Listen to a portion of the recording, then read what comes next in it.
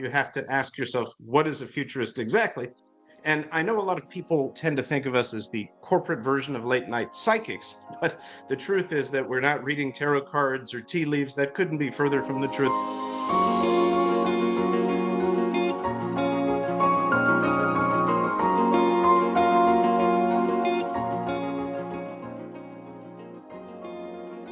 So it's interesting. We're facing a world of constant change and disruption. We're saying it's not so much about a new normal, like you might have heard about, but rather a series of next normals, each of which is only going to come on faster and faster. And so, if you want to learn to think like a futurist, first off, you have to ask yourself, what is a futurist exactly? And I know a lot of people tend to think of us as the corporate version of late night psychics, but the truth is that we're not reading tarot cards or tea leaves. That couldn't be further from the truth.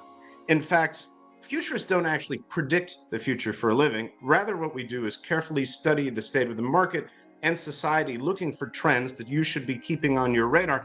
And then by asking clients to ask more what if questions and to simulate and role play their way through different potential future scenarios, we challenge our partners to think more closely about these trends' potential impact on their business. So the short answer is, if you want to learn to think more like a futurist, you just got to ask more what if questions and also think about potential future scenarios or trends that are on the rise and what you can be doing to plan for them right here, right now, today.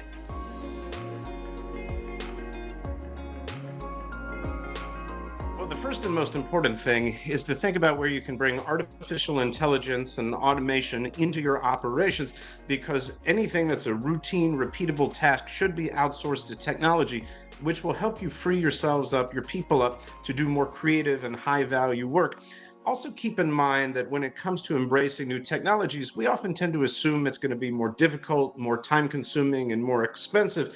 But at the same time, you got to keep in mind that there's an off the shelf, plug and play, pay as you go technology solution for just about any task you could imagine at this point. So it's really about a mindset shift. It's about embracing change. It's about becoming more data literate, learning to use all that information that's coming into your organization and capture it at every turn, and also thinking about where you can institute technology to free up time, to free up resources so you can be more productive. And that really requires people to say, hey, look, all this technology, I'm not competing with it. It's not here to take my job. The future really belongs to man working with machine. And how can I leverage all this technology to be more successful? But again, the nice part is it can be simpler and cheaper than you think to implement.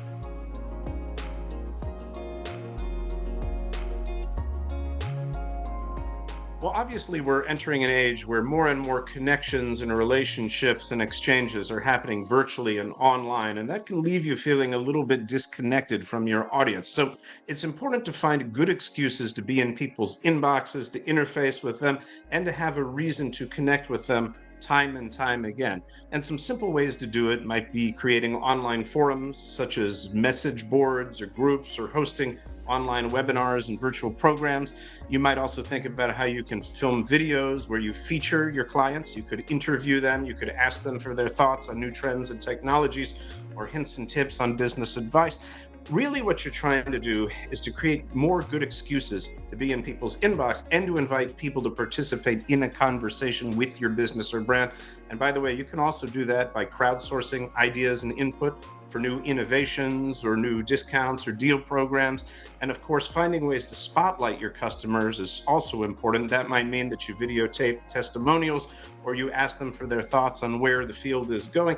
Really, you're trying to find more reasons to connect with and be in front of people. And as long as you have an opportunity to put them front and center, then you really have an opportunity to better connect in an age of digital and online exchanges.